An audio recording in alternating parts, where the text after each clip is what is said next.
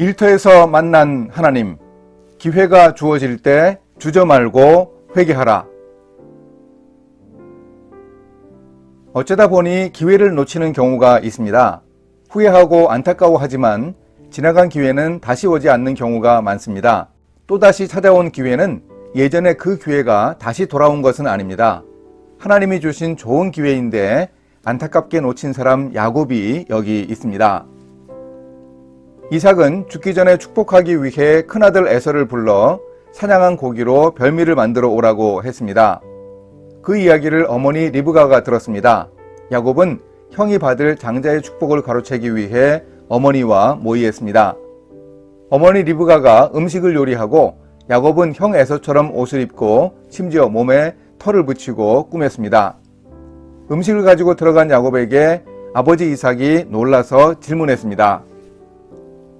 이삭이 그의 아들에게 이르되 내 아들아 내가 어떻게 이같이 속히 잡았느냐. 그가 이르되 아버지의 하나님 여호와께서 나로 순조롭게 만나게 하셨음이니이다. 이삭이 야곱에게 이르되 내 아들아 가까이 오라. 내가 과연 내 아들 에서인지 아닌지 내가 너를 만져보려 하노라. 창세기 27장 20, 21절. 아버지 이삭의 질문은 야곱이 아버지 앞에 자신의 거짓을 고백하고 회개할 기회였습니다.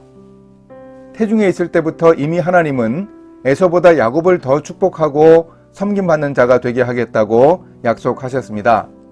그 약속을 믿고 기다리면 하나님이 알아서 복을 주셨을 겁니다. 그런데도 야곱은 형의 장자권을 속여 빼앗듯이 가로챘습니다.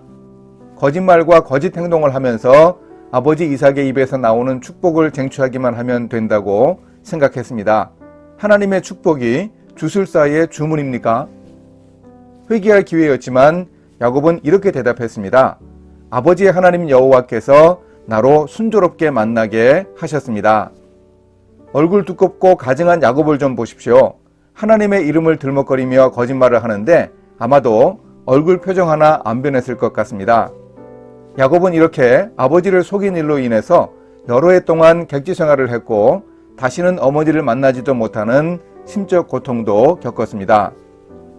오늘 우리도 이렇게 야곱처럼 하나님의 이름을 들먹거리면서 자신의 입장을 합리화할 수 있습니다. 그런데 야곱처럼 하나님의 이름을 들먹이면서 하는 가증한 거짓말은 단순한 거짓말보다 더욱 나쁩니다. 하나님의 이름을 망령되게 부르지 말라는 3계명을 어긴 심각한 죄이기도 합니다. 특히 일하는 우리는 거짓말을 하는 기회에 더 자주 노출됩니다. 우리가 특히 조심해야 합니다. 때로 우리도 거짓말한 것이 들통나게 하는 송곳같이 예리한 말을 듣는 경우가 있습니다. 일터에서 동료를 통해서나 거래처 사람이나 고객들을 통해서도 들을 수도 있습니다. 사랑하는 가족을 통해서도 들을 수 있습니다. 그때 하나님이 주신 회개의 기회인 줄 알고 눈 질끈 감고 고백합시다.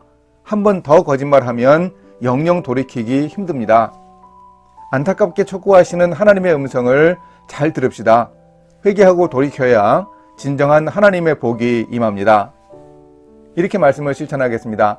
거짓말을 하지 않기 위해 노력하는 예민한 영성이 필요합니다. 진실하기 위해 노력하겠습니다. 일하면서 자주 거짓말을 하는 상황에 노출됩니다. 거짓이 거짓을 낳고 감추기 위해 또다시 거짓말을 하기도 합니다. 고백하는 용기가 필요합니다.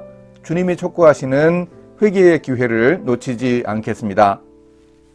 함께 기도하십니다. 하나님 아버지, 저의 잘못을 추궁하시는 하나님의 음성을 잘 깨닫고 기회를 주실 때 회개하게 주님이 함께하여 주소서. 눈 한번 질끈 감고 과감하게 선택할 수 있는 용기와 믿음을 허락해 주소서. 예수님의 이름으로 기도합니다. 아멘.